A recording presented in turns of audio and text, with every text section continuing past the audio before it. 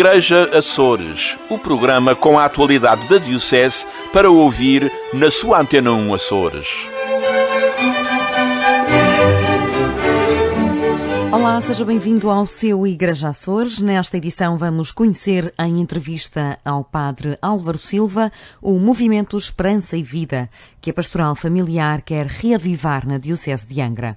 Mas antes disso, conheça a atualidade da Diocese açoriana. O Conselho Pastoral da Diocese de Angra vai reunir pela 13ª vez entre 8 e 10 de junho no Centro Pastoral Pio XII, em Ponta Delgada. Para o cônego Hélder Fonseca Mendes, vigário-geral da Diocese de Angra, a reunião por si só do Conselho mais relevante e completo da Diocese é motivo de destaque. Na nossa Diocese, no momento, até que não haja um sino diocesano, é o órgão diocesano mais expressivo, quer pela participação de leigos, de religiosos, diáconos, presbíteros, do bispo, de todas as partes, sectores e idades da nossa Diocese.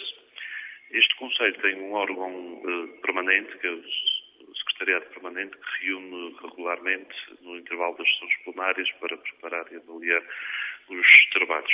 O documento a trabalhar neste encontro vai assentar em 3 assuntos base. Versa sobre áreas a privilegiar na pastoral do serviço e implementação da pastoral social nas nossas comunidades cristãs e humanas nos Açores. Um pouco mais para verificação e acompanhamento do que já tinha sido lançado em anos anteriores, mais da verificação dessa implementação ou concretização do trabalho na área da pastoral social. O segundo tema a tratar é sobre os jovens, a questão da fé, da transmissão da fé aos mais novos, do discernimento perante outras mensagens e da focação ou da resposta de cada um, que aliás são temas também do próximo sínodo. E, portanto, a questão é como é que estamos a fazer a pastoral com os jovens e como é que estão a ser integrados nas nossas comunidades cristãs, quer por parte deles, quer também por parte dos adultos ou do resto da comunidade. O terceiro capítulo do documento vai assentar na formação do povo de Deus na Diocese de Angra. Para além da religiosidade espontânea, do que chamamos de religiosidade popular, que é mais pontual, circunstância, e isso já é bom, mas é sobretudo para vermos como sensibilizar o povo de Deus, que são essas pessoas que manifestam essa sede de Deus, ou essa expressão religiosa, como é que os podemos sensibilizar para a formação básica da fé, de uma fé mais esclarecida, fundamentada, isto é, cada um possa dar razões da sua esperança. E, portanto, a questão é que modelos devemos seguir, se escolas por ouvidorias, que é isso para já que está pensado, os institutos de formação na Diocese, o que é que podem fazer, a contribuição à distância por via digital, que itinerários formativos é que podemos propor, quer por idades, por interesses, por sectores da pastoral. O Conselho Pastoral de olhos postos na formação. O Conselho Pastoral Diocesano é um órgão de consulta do Bispo Diocesano e tem como membros natos o Vigário-Geral, os Vigários Episcopais, o Reitor e o Ecónomo do Seminário. Fazem ainda parte deste Conselho um elemento representante de cada uma das 16 ouvidorias, um representante de cada um dos movimentos de apostolado dos leigos, com direção diocesana aprovada, um representante dos seminaristas, 2 representantes dos institutos religiosos, um representante dos diáconos permanentes, um representante dos ouvidores e 3 representantes dos serviços diocesanos de pastoral.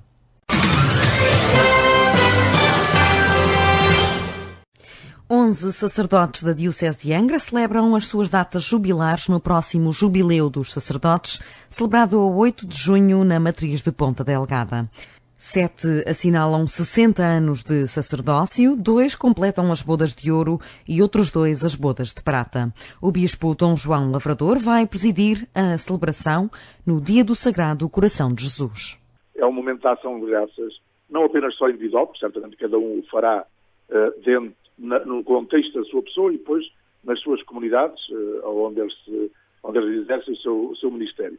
Mas também a Igreja no seu todo, sobretudo a Igreja diocesana, ter a consciência de que aqueles sacerdotes, ao prefazerem 25 anos de ordenação, ao fazerem também 50 anos, ou aos 60 anos, ou outra data jubilar, realmente é um grande dom de Deus para eles, pela sua vida, pelo seu ministério, pela sua fidelidade ao serviço sacerdotal e ao povo de Deus, mas é também uma grande graça que a Igreja Diocesana quer reconhecer, porque eles colocam-se precisamente ao serviço da Igreja Diocesana e, portanto, ela não faz mais que o seu dever de, humanamente, agradecer o seu serviço, a sua dedicação e tudo o que tem realmente realizado em favor da Igreja Diocesana. É dia de agradecer o passado, mas também de pedir a graça divina para o futuro. E também, por outro lado, implorar que é sempre uma nova fase da vida que começa nessas celebrações e, portanto, que o Senhor os continue a fortalecer com a ação do seu Espírito para que eles correspondam às exigências que a Igreja hoje tem na evangelização do mundo, que muitas vezes se torna muito difícil para assumir essa boa notícia de Jesus Cristo. Entre os sacerdotes que celebram 60 anos da sua ordenação sacerdotal estão Monsenhor Weber Machado Pereira, natural de Água Retorta, Monsenhor António da Luz, natural de Santo António, na Ilha de São Miguel, o Padre Silvino Amaral, natural da Povoação, São Miguel, David Botelho do Couto, natural de Santo António, além Capelas, Eduardo do Couto Rezendes, natural do Faial da Terra, Horácio Noronha, natural do Topo, na Ilha de São Jorge, e Libório Tavares, natural de Rabo do Peixe e residente em Toronto, no Canadá.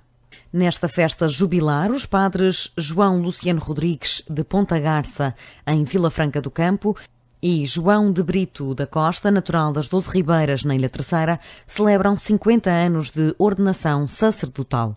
Já os padres Emanuel Valadão Vaz, da Vila Nova, na Ilha Terceira, e Leonardo Baganha Cabral, de Água de Pau, na Ilha de São Miguel, celebram as suas bodas de prata, completando 25 anos de sacerdócio.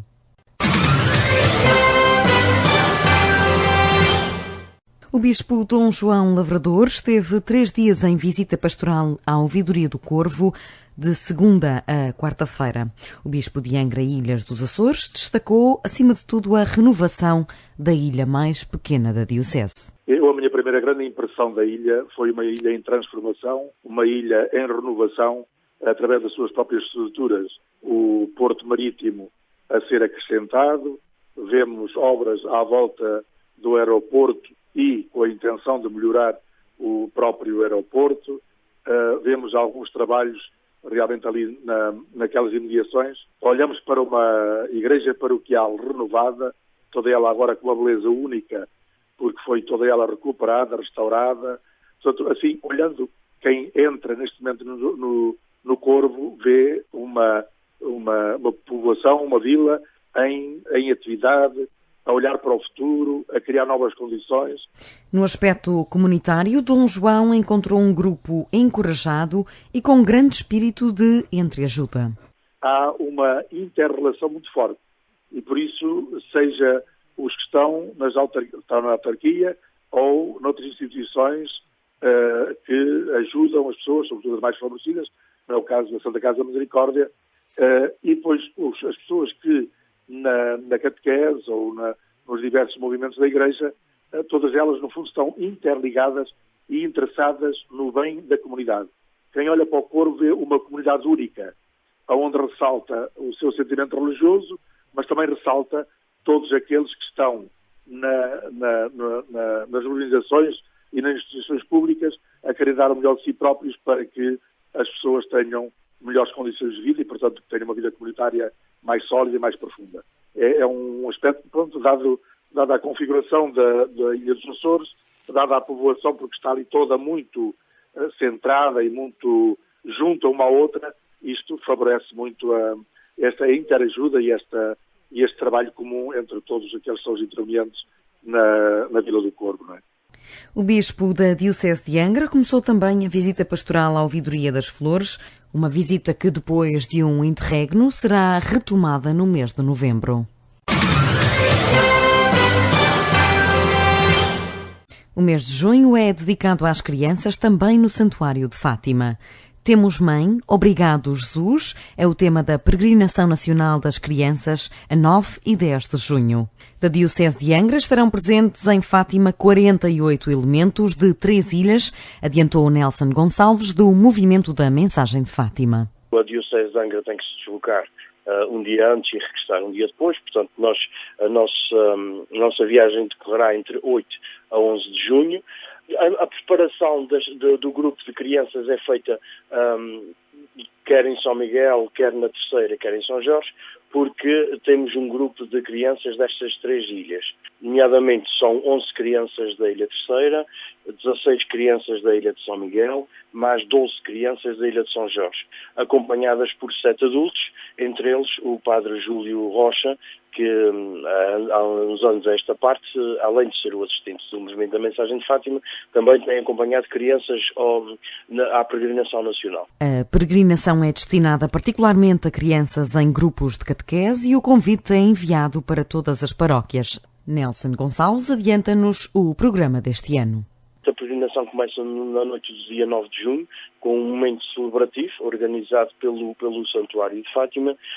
No dia 10 pela manhã será feita uma encenação referente ao tema da peregrinação. Esta encenação será feita na Basílica da Santíssima Trindade. Segue-se o Rosário por volta das 10 horas na Capelinha das Aparições e às 11 a Eucaristia no recinto da oração. Da parte da tarde, esta encenação será repetida e pelas 16 horas tem lugar a celebração de despedida das crianças. Na Eucaristia, o grupo de crianças presentes tem reservado, além do seu lugar, um lugar especial, será também, haverá uma surpresa que está reservada para elas. O responsável pelo Movimento da Mensagem de Fátima diz que todos os anos a adesão de crianças é grande e com consentimento dos pais. Muitos deles também participantes há algumas décadas, enquanto crianças.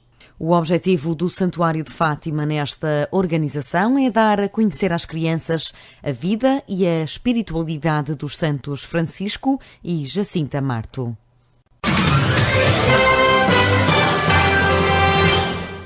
Decorreu no passado fim de semana a peregrinação nacional do movimento Encontro Matrimonial, o EM.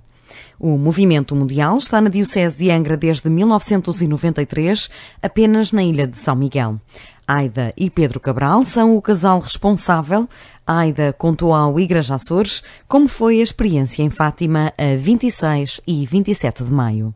O grupo este ano era grande, com cerca de 80 casais portugueses, alguns companheiros viúvos e viúvas e 5 sacerdotes. Da comunidade dos Açores nós éramos 8 casais e ficámos responsáveis pelo acolhimento de todo o grupo em Fátima. Durante a manhã do dia 26, no auditório do Domus Carmeli, em Fátima, foram feitas partilhas sobre o namoro e o apelo à vida religiosa, por 2 casais e um sacerdote. Houve de seguida tempo para reflexão em casal e partilha.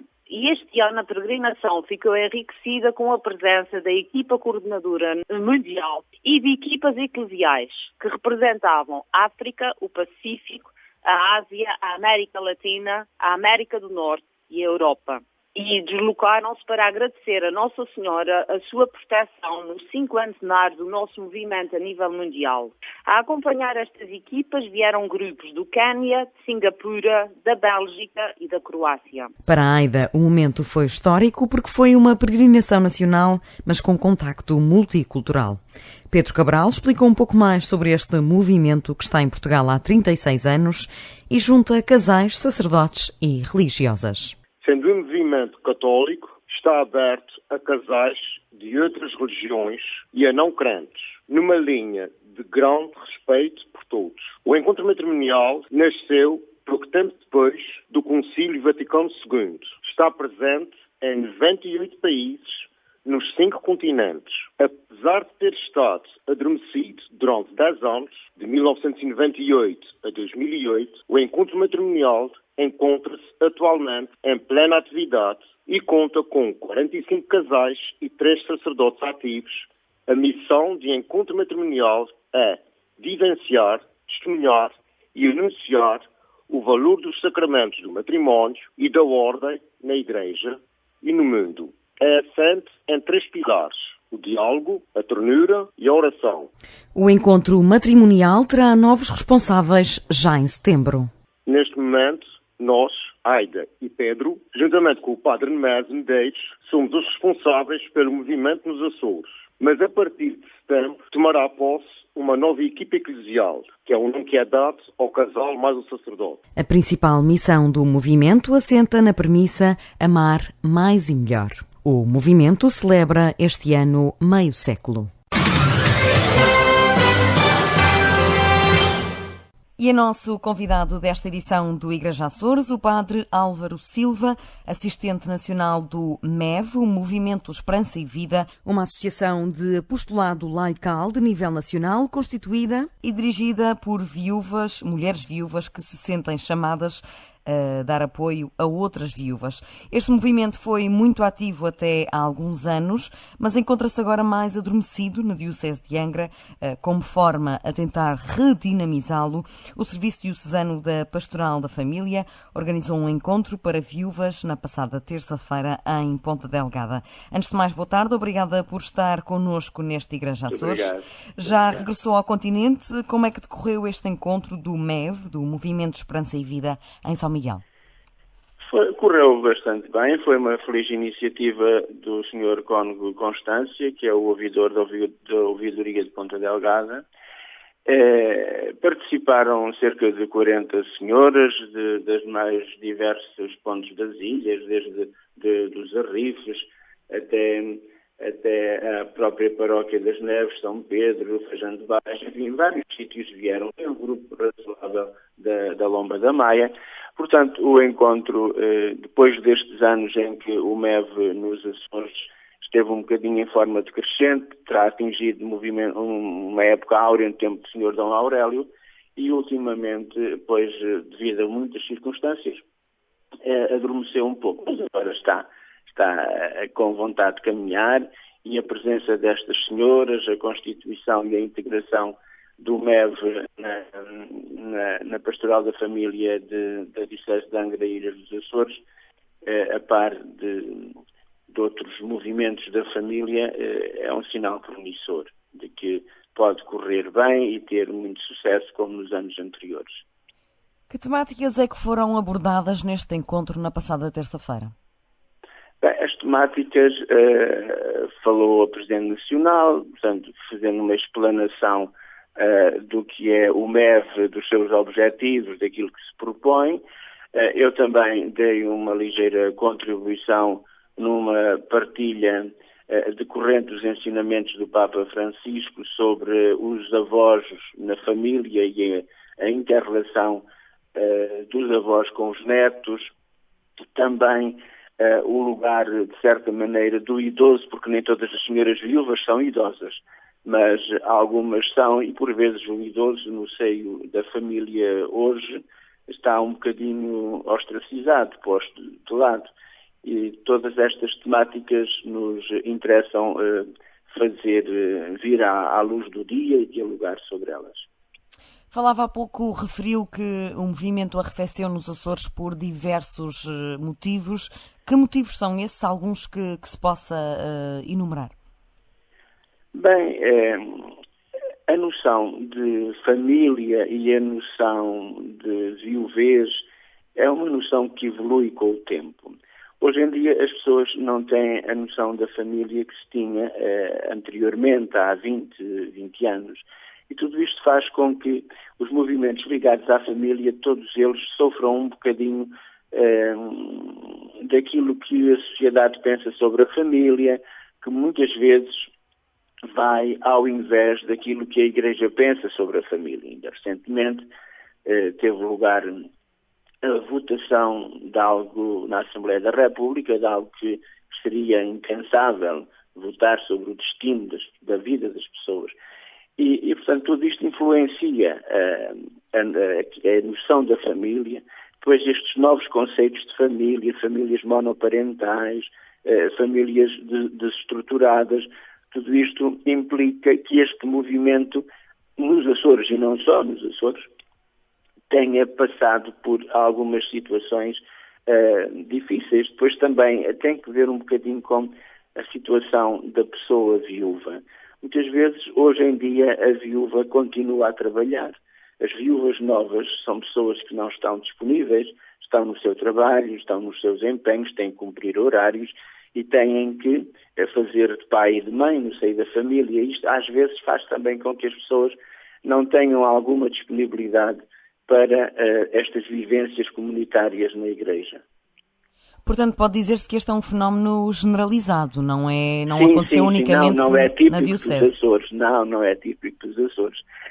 Seria bom, mas não é típico dos Açores. É um fenómeno generalizado que, ultimamente, como também a longevidade é cada vez maior, também permite que as pessoas repensem o tempo da sua viuvez como um tempo de interajuda. O MEV não é propriamente um movimento como a Caritas ou outros que têm ações muito concretas sob o ponto de vista da prática da caridade.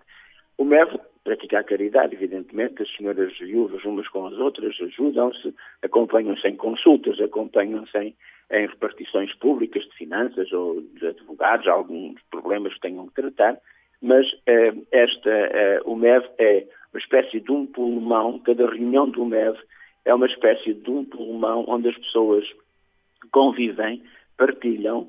Normalmente o assistente ao parco da freguesia celebra-lhes a Eucaristia para as congregar à volta que nós temos, mais real e substancial, que é o Senhor na hóstia consagrada.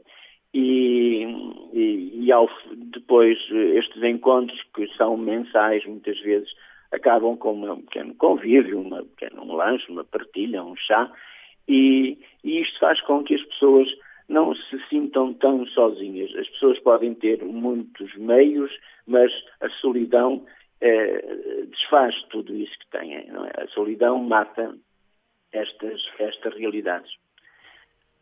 Que tipos de ajudas são mais pedidas pelas mulheres viúvas? Espiritual, financeira? Que tipos de apoios é que o MEV presta a estas mulheres? A nossa ajuda é, sobretudo, no âmbito espiritual. 99,9% é no âmbito espiritual. E depois também no âmbito às senhoras que se conhecem, muitas vezes há uma ajuda, não é significativo, mas uma ajuda numa receita, numa compra de uns óculos, num gás, numa luz, numa fatura de farmácia. Mas isso não é propriamente o objetivo do MEV. O objetivo do MEV é pôr as senhoras em capacidade de refletir sobre o seu estado de viuvez, aproximar esse estado de viuvez de um certo estado de vida para Deus, não direi propriamente consagração, mas de vida para Deus, e valorizar a experiência desta viuvez. Muitas vezes as senhoras encontram-se com a necessidade de continuar o trabalho da empresa do marido, trabalhos para os quais não estavam preparadas, e isto às vezes gera nelas uma certa angústia e precisam de ouvir e de ser ajudadas para levar em frente os projetos que têm na sua vida pessoal e familiar. Qual é o perfil atual da viúva? Qual é a nova realidade? É muito divergente. O perfil da viúva, tanto é uma viúva com independência económica, com um elevado grau de escolaridade, com projeção na sociedade, como é uma senhora humilde, que foi doméstica a vida toda, que recebe uma reforma rural ou um subsídio ínfimo de 200 e muitos euros, que isso não ajuda as pessoas a terem dignidade na sua vida. As viúvas realmente é um leque muito divergente. No entanto, quando se juntam num núcleo de base paroquial ou diocesana, estão todas irmanadas no mesmo espírito, na mesma interajuda, porque um dia qualquer uma delas passou por uma experiência muito semelhante. Passou por um corte de um projeto a dois, um corte de uma vida vivida com a pessoa que escolheram para viver e amar. E estas circunstâncias acaba por unir as pessoas, independentemente do seu grau de escolaridade, da sua inserção na sociedade, quer em faixas mais ou menos elevadas da sociedade. Foi também, portanto, esse perfil que encontrou nos Açores, nas 40 mulheres que estiveram presentes. Encontrei este perfil nos Açores. Encontrei senhoras, enfim, que toda a vida foram domésticas e hoje vivem a sua continuidade nesse trabalho em relação aos seus netos e aos seus bisnetos. E encontrei também senhoras com alto grau de cultura, no campo social, no âmbito da enfermagem, enfim, em vários sítios da cultura, enfim, vigente, e estavam ali todas irmanadas na mesma vivência e com a mesma disponibilidade de se interajudarem, ajudando-se umas às outras. E acha que houve ali intenção de redinamizar também por parte destas mulheres? Portanto, o movimento sim. Vai voltar a ter esse fulgor? Sim. Até porque o Sr. Cônego José Constância marcou logo lá um novo encontro para o dia 19 de junho, para as pessoas começarem a fazer a sua caminhada ao nível... para já da ouvidoria de Ponta Delgada. Nas outras ilhas o MEV também existe, mas a distância, os voos ou as viagens de barco, enfim, dificultam o contacto.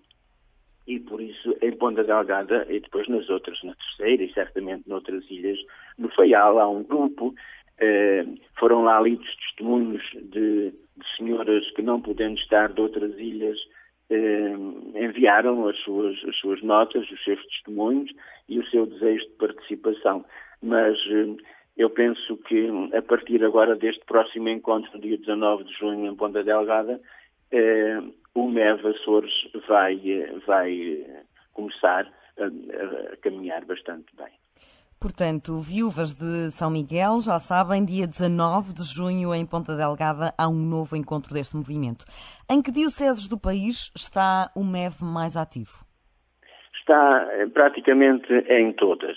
As dioceses do Sul, particularmente Évora e Beja, têm, mas está um pouco adormecido. Depois Leiria, Coimbra, Viana do Castelo, que é um grupo muito bom, também na Diocese do Porto, que é uma diocese vastíssima, também existe o MEV e com bastante força. É lá que é editado um jornalinho que sai de 2 em 2 meses para fomentar a ligação entre as viúvas, é feito no Porto. Braga, em Bragança Miranda está também um pouco adormecido, mas existem alguns ecos. Geralmente no país está bastante aceitável, dado que muitas vezes estes movimentos na Igreja hoje têm pouca adesão. As pessoas ficam perturbadas com as novas noções de família e isso faz com que muitas vezes não saiam da sua zona de conforto para ajudar aqueles e aquelas que precisam deles. A Pastoral Familiar quer dar um novo dinamismo a este movimento nos Açores. Como é que isto se faz? Que tipos de orientações deu aos principais responsáveis, neste caso ao ouvidor de Ponta Delgada, para que este movimento, para que este serviço seja mais eficaz? Bem, a Igreja tem um particular cuidado com a família. A Igreja prepara a família para o casamento, os grupos de CPM, prepara a família para o batismo dos filhos, acompanha os jovens nas equipas de Nossa Senhora e noutros movimentos juvenis, acompanha os adultos casados em movimentos, por exemplo, como os cursos de cristandade e outros. Portanto, a família está sempre presente em todas as fases da vida. Naquela fase que, hipoteticamente, será a última, que é destas pessoas com alguma idade, pois a família também, a Igreja também quer estar presente. Porque a Escritura dá um relevo à família e também, concretamente, às senhoras viúvas. O Antigo Testamento fala daquelas viúvas como Ana, de Fanuel. As cartas de São Paulo falam das viúvas. São Paulo diz mesmo que a religião verdadeira é assistir os órfãos e as viúvas. A instituição dos diáconos de Jerusalém foi em função das viúvas. Portanto, a família e este estado da viuvez são uma constante preocupação da Igreja. E eu penso que esta preocupação está também muito presente na ação pastoral da Ouvidoria de Ponta Delgada, assim como está na Comissão Episcopal da Família. O Sr. Dom Joaquim Mendes, que é o presidente dessa comissão, tem dado muitas orientações. Atualmente o Secretariado Nacional da Família tem a sua sede no Porto, confiada a um casal muito dinâmico, que nos proporcionam muitos meios de trabalho, através dos envios de e-mails e de outras circulares. Portanto, a Pastoral da Família está boa, recomenda-se, e penso que nos Açores vai também estar cada vez melhor, porque já está bem, mas pode estar ainda melhor. Estes serviços de Igreja são sempre um crescendo, dependem muito da nossa ação e da inspiração que nós recebemos das coisas de Deus e daquilo que pomos em prática, que é o nosso dever e a nossa consolação até pôr em prática aquilo que o Senhor nos pede em favor do próximo. Uma última questão. Estes encontros são destinados unicamente a viúvas, portanto a mulheres, ou se eventualmente algum viúvo procurar e aparecer nos encontros também é destinado a eles? Bem, o grupo surgiu nos anos 30, depois da Segunda Guerra, onde a maior parte das pessoas, das mulheres, ficaram viúvas devido à enorme mortandade dos seus maridos. Hoje em dia não se tem, começa-se a falar, mas não se tem ainda dado passos concretos nessa inserção do homem neste grupo. Eu penso que será uma realidade a abordar, a estudar, se for do parecer dos bispos que integram a Pastoral da Família e se for do parecer das comunidades. Eu penso que não haverá grandes problemas, porque o anseio espiritual é próprio do homem e da mulher. A seriedade de vida é própria do homem e da mulher. E, portanto, se a Igreja é aberta a todos, este movimento, na sua gênese, realmente esteve destinado a senhoras. Mas todas as coisas evoluem, todas as coisas se aperfeiçoam e retomam ritmos novos. Eu penso que não será de excluir ou de ensaiar novas pertenças ao movimento Esperança e Vida. Muito obrigada por ter estado connosco nestes minutos, Padre Álvaro Silva. Espero que a passagem pelos Açores seja cada vez mais frequente e que o movimento ganhe este fulgor que se pretendeu com este novo encontro na passada terça-feira. Obrigada por ter sido nosso convidado. Muito obrigado também eu. Muito obrigado. O movimento Esperança e Vida em abordagem neste Igreja Açores. Nós regressamos na próxima semana com mais um convidado especial e com mais atualidade da Diocese Açoriana.